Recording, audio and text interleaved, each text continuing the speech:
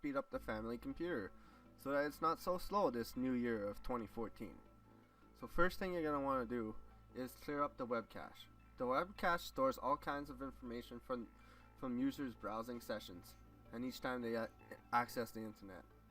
So like it helps load pages that you go to often, but over time all of this data adds up and can actually cause the program to slow down. So we will then start with Chrome. Chrome looks like this, and right here you hit this button right here, and then you hit history right here, and you hit clear browsing data. And there's all these check marks here, and you don't have to hit all of them. You should clear the downloads, but if you want to keep your history, you don't have to hit this one. But definitely hit empty the cache right here, and you don't have to clear the saved passwords. You could keep your passwords, you know. And that's pretty much it. And then you just hit clear browsing data, and it will delete the cache off of Chrome. Next, we're going to do it with Firefox. So I'm going to go ahead and open up Firefox. This is what Firefox looks like. And you're going to want to hit this yellow button up here in the corner here. And you're going to want to go to Options and hit this Options button here. And then on the tabs right here, you're going to want to hit Network on the tab. And then you're going to want to find this one that says Cache Web Content. And you're going to want to hit Clear Now. And it will clear the web content. And you could also clear the offline web content as well by pressing this button right here. And that's it for Firefox. And I will now show you how to do it with Internet Explorer. So this is Internet Explorer, and you go ahead and open it up, and you hit the tools here, the tools button, and you go to Internet Options. Now that Internet Options is open, you want to click this delete button here, and it will bring up this delete browsing history button, and you can select what you want to delete. You can keep the history if you wanted of the sites that you've visited, but you should delete temporary internet files for sure. You probably want to preserve your favorite website data and maybe some of your passwords, but you want to delete your download history and your temporary internet files for sure. And then you just hit the delete button. And always remember to clear the cache on all your other browsers as well.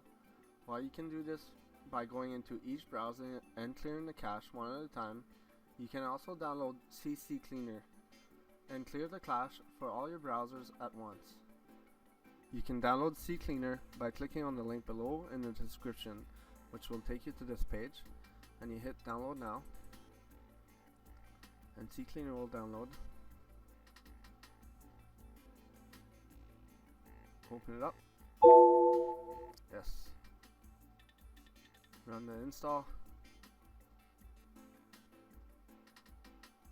Okay, CC Cleaner is done. So I'm going to go ahead and run CC Cleaner. And hit the analyze button right here. And it's going to go ahead and analyze, and it's telling me that Chrome needs to be closed.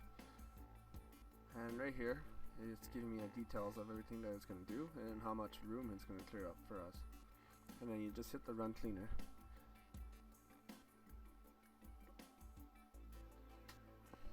Malwares and underwares slow down your computer, and they send out information that you don't even know about. So you're going to want to download Malwarebytes right here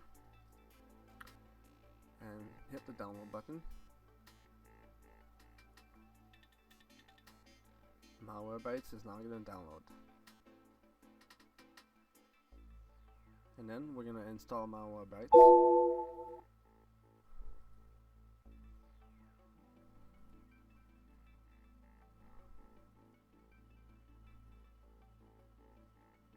Malwarebytes is now installing, and it's ready to go.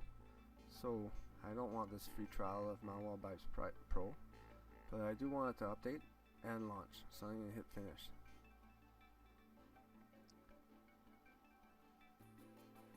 Malwarebytes is now updating its device.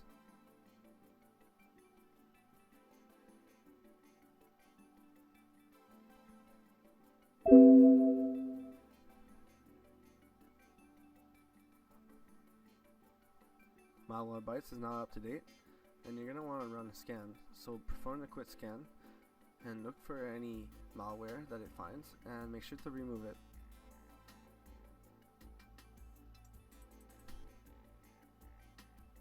Next, you're going to want to clean up your desktop. You don't want your desktop full of icons all over. You may think that your desktop is a convenient place to store frequently accessed files, but every time the computer starts up, it has to use memory for those files. Shortcuts don't take much space, but documents and other files really do slow things down. The easiest way to clean up the desktop would be to make a new folder called Desktop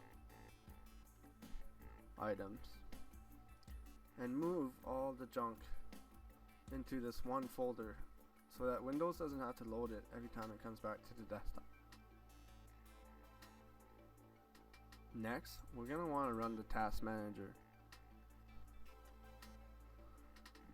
My task manager comes up and we're going to want to go to our startup, and this is going to tell us what starts up with our computer.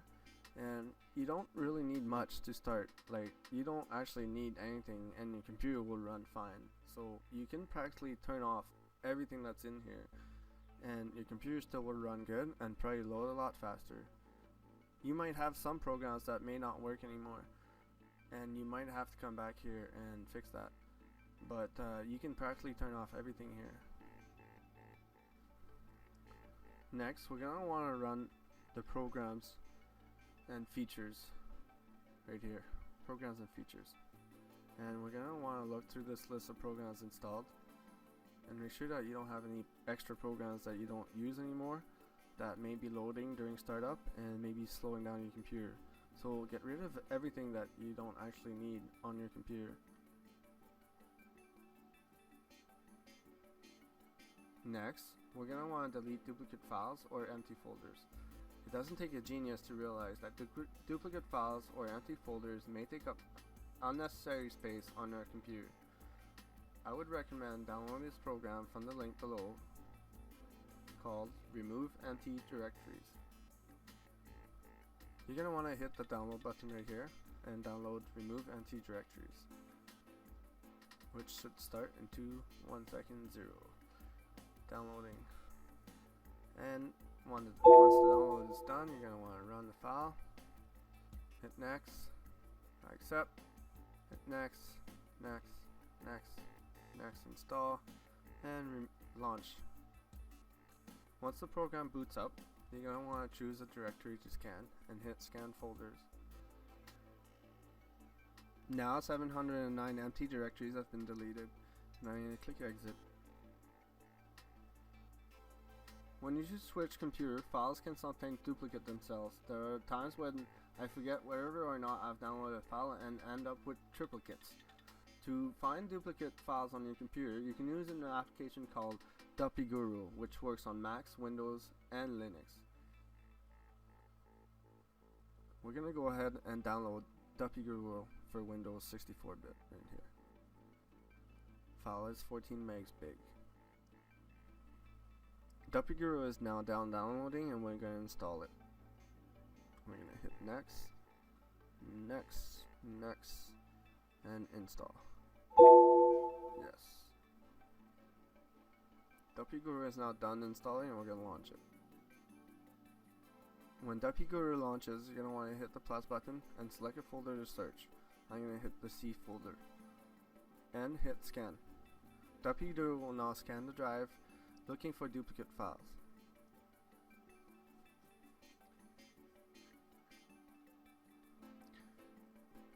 And the next thing, you're going to want to look for broken shortcuts with a program called Broken Shortcut Fixer, which you can find the link in the description below. Here's the Broken Shortcut Fixer. You're going to want to download it by clicking on this button right here and hitting this download file right here. And your download will start right away. And here's the install file right here, right at the bottom. Install this file, yes.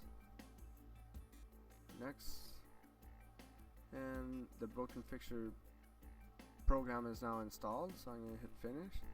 And it's going to want to scan for shortcuts, so you just click this button right here to scan for shortcuts on your C drive. And 9 broken shortcuts were found. So you can just go ahead and delete these broken shortcuts, and this will speed up your computer. Like this project, maybe you'll like some of our other videos. Check them out.